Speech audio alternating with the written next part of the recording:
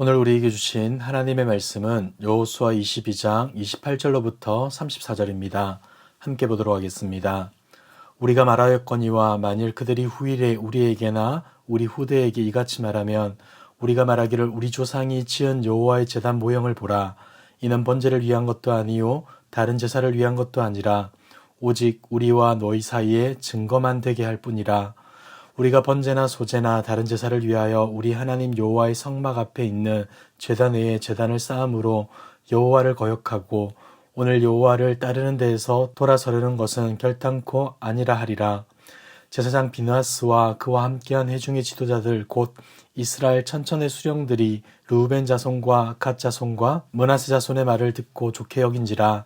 제사장 엘르아살의 아들 비느하스가 르우벤 자손과 갓 자손과 므낫세 자손에게 이르되 우리가 오늘 여호와께서 우리 중에 계신 줄을 아노니 이는 너희가 이 죄를 여호와께 범하지 아니하였음이니라. 너희가 이제 이스라엘 자손을 여호와의 손에서 건져내었느니라 하고 제사장 엘르아살의 아들 비느하스와 지도자들이 르우벤 자손과 갓 자손을 떠나 길르앗 땅에서 가나안 땅 이스라엘 자손에게 돌아와 그들에게 보고하매 그 일이 이스라엘 자손을 즐겁게 한지라. 이스라엘 자손이 하나님을 찬송하고 르우벤 자손과 갓 자손이 거주하는 땅에 가서 싸워 그것을 멸하자 하는 말을 다시는 하지 아니하였더라. 르우벤 자손과 갓 자손이 그 제단을 에시라 불렀으니 우리 사이에 이 제단은 여호와께서 하나님이 되시는 증거라 함이었더라. 아멘. 오늘의 본문은 요단 서편 사람들과 요단 동편 두 지파 반 사이에 있었던 오해와 분쟁이 두 지파 반의 해명으로 인해 해소되고 오히려 온 이스라엘이 하나님께 찬송하며 기뻐하는 전화위복의 계기가 되었음을 우리에게 보여줍니다. 사실 비느하스를 중심으로 한 요단 서편 조사단의 충고와 질책은 요단 동편 지파 사람들에게는 서운함이었을 것이 분명합니다. 자신들의 진심을 몰라주는 그들이 야속할 수도 있었겠죠. 그리고 또 한편으로는 지난날 이스라엘을 위해 앞장서서 싸웠던 자신들의 공로는 무시된 채 오해할 만한 일 때문에 싸우러 온 요단 서편 사람들의 태도가 매우 불쾌했을 수도 있습니다. 그러나 그럼에도 불구하고 그들은 감정을 억누르고 자신들의 취지와 목적을 성실히 설명해 나갑니다. 그들은 자신들이 그렇게 한 이유가 희생제사를 드리기 위해 또 다른 제단을 쌓은 것이 아니라 우리 역시 하나님의 언약 백성임을 후손들에게 가르쳐주기 위해 그렇게 했다라고 말해줍니다. 28절과 29절을 보십시오. 우리가 말하였거니와 만일 그들이 후일에 우리에게나 우리 후대에게 이같이 말하면 우리가 말하기를 우리 조상이 지은 여호와의 제단 모형을 보라. 이는 번제를 위한 것도 아니요 다른 제사를 위한 것도 아니라 오직 우리와 너희 사이에 증거만 되게 할 뿐이라. 우리가 번제나 소제나 다른 제사를 위하여 우리 하나님 여호와의 성막 앞에 있는 제단 외에 제단을 쌓음으로 여호와를 거역하고 오늘 여호와를 따르는 데에서 돌아서려는 것은 결단코 아니라 하리라. 사랑하는 성도 여러분, 앞에서도 보았지만 우리는 반드시 기억해야 합니다. 우리가 좋은 의도와 목적을 가지고 행동했다 할지라도 다른 누군가에게는 분열과 다툼의 이유가 될 수 있다는 사실을 말이죠. 요단 동편 사람들은 분명 신실함과 하나됨에 대한 증거로 제단을 쌓아 올렸습니다. 그러나 이것이 요단 서편 사람들에게는 신실하지 못함과 분열의 표시로 보였던 것이죠. 선의에서 나온 행동이라 할지라도 쉽게 오해되고 하나됨을 해야 할 수 있다는 것입니다. 살아가면서 오해 없이 평화롭게 살 수만 있다면 너무나 좋겠지만 그것은 현실적으로 불가능합니다. 그럼에도 불구하고 우리는 할 수만 있는 대로 상대방의 입장을 헤아리는 자세를 가져야 하며 모든 사람과 화평하기 위하여 노력해야 합니다. 어떨 때는 이런 수고와 노력이 피곤하고 구차해 보일 수도 있겠지만 그것이 공동체의 평화를 위한 일이고 영혼을 살리기 위한 일이라면 우리는 그것마저도 마땅히 감당해야 하는 것이죠. 사랑하는 성도 여러분, 나의 자존심이나 권리가 걸림돌이 아니라 그것마저도 기꺼이 포기하여 다른 이들을 살려내고 공동체의 하나됨을 빚어갈 수 있는 저와 여러분들 되길 주님의 이름으로 축복합니다.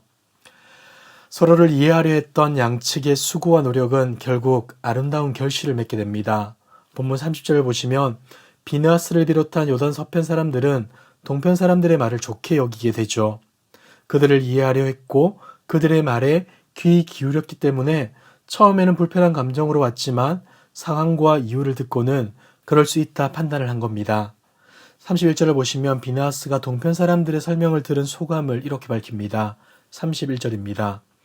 제사장 엘라살의 아들 비나하스가 르우벤 자손과 갓 자손과 므낫세 자손에게 이르되 우리가 오늘 여호와께서 우리 중에 계신 줄을 아노니 이는 너희가 이 죄를 여호와께 범하지 아니하였음이니라.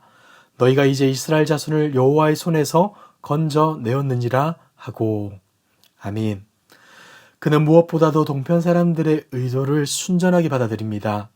자신들이 미처 생각하지 못했던 신앙의 표현이었지만 그것이 하나님의 규례에 어긋남이 없다는 것을 알고는 그들의 표현을 인정해 주는 것이죠. 그리고 처음에 말했던 정죄까지 취소합니다. 혐의를 취소하는 것에서 그치지 않고 그들의 행동을 칭찬하는 데까지 이르게 되죠. 어떻게 말합니까? 그들이 죄를 범하지 않으므로 하나님께서 우리 중에 계신 것을 알게 되었다라고 말하는 것이죠. 이것은 그들이 죄를 범하지 않았다는 소극적인 자세를 뛰어넘어 그들이 제단을 쌓은 이유가 정당하다는 것을 인정하는 말입니다.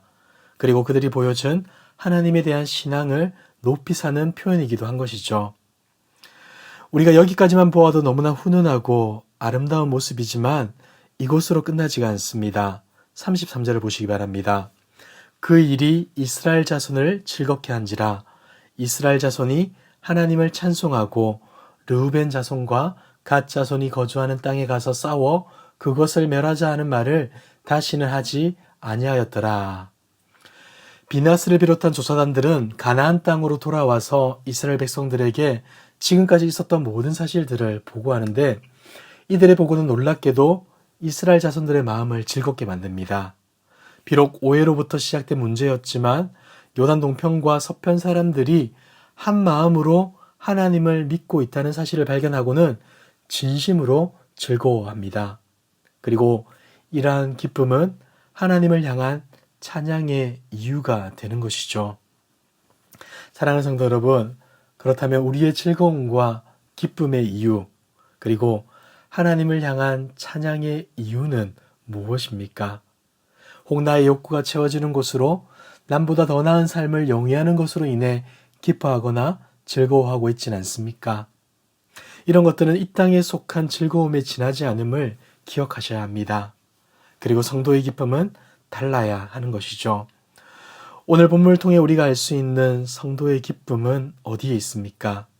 다른 지체들이 신앙 안에서 올바르게 자라고 있음을 발견하므로 깨어지고 부서진 줄만 알았던 공동체가 믿음 안에 한 가족 되었음을 알아가므로 또한 이러한 사실이 하나님께 찬양과 영광을 올려드릴 수 있는 이유가 되므로 성도는 기뻐할 수 있는 것입니다.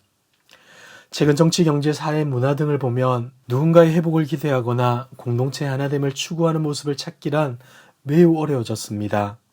그저 개인의 욕심과 자신이 속한 곳에 이익을 채울 수만 있다면 다른 이들이 어떻게 되든 상관없다는 식의 삶의 방식이 지금 이 시대의 민낯 같아 보입니다.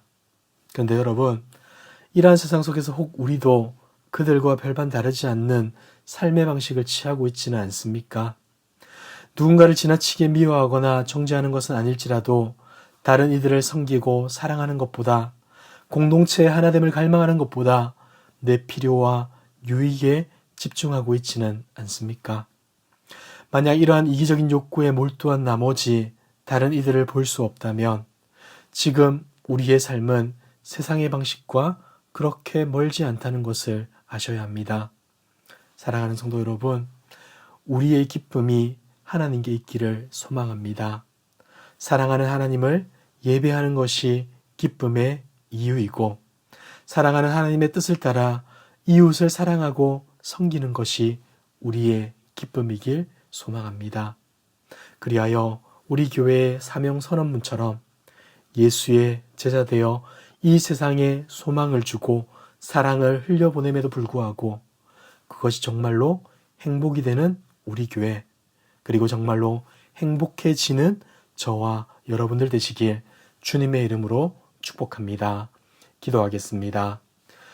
우리의 기쁨의 이유가 되시는 살아계신 하나님 아버지, 오늘도 우리에게 귀한 날 허락하여 주시고 하나님을 예배하고 하나님의 뜻을 알아갈 수 있도록 인도하여 주심에 감사드립니다.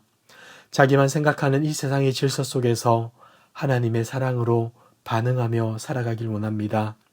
무지하고 연약하여 계속 넘어지고 그릇된 삶의 방식으로 살아가려는 우리이지만 주님 은혜 주셔서 다른 이들과 공동체를 바라보게 하시며 회복되고 환화되는 그들의 모습을 보며 기뻐할 수 있는 우리 되게 하옵소서.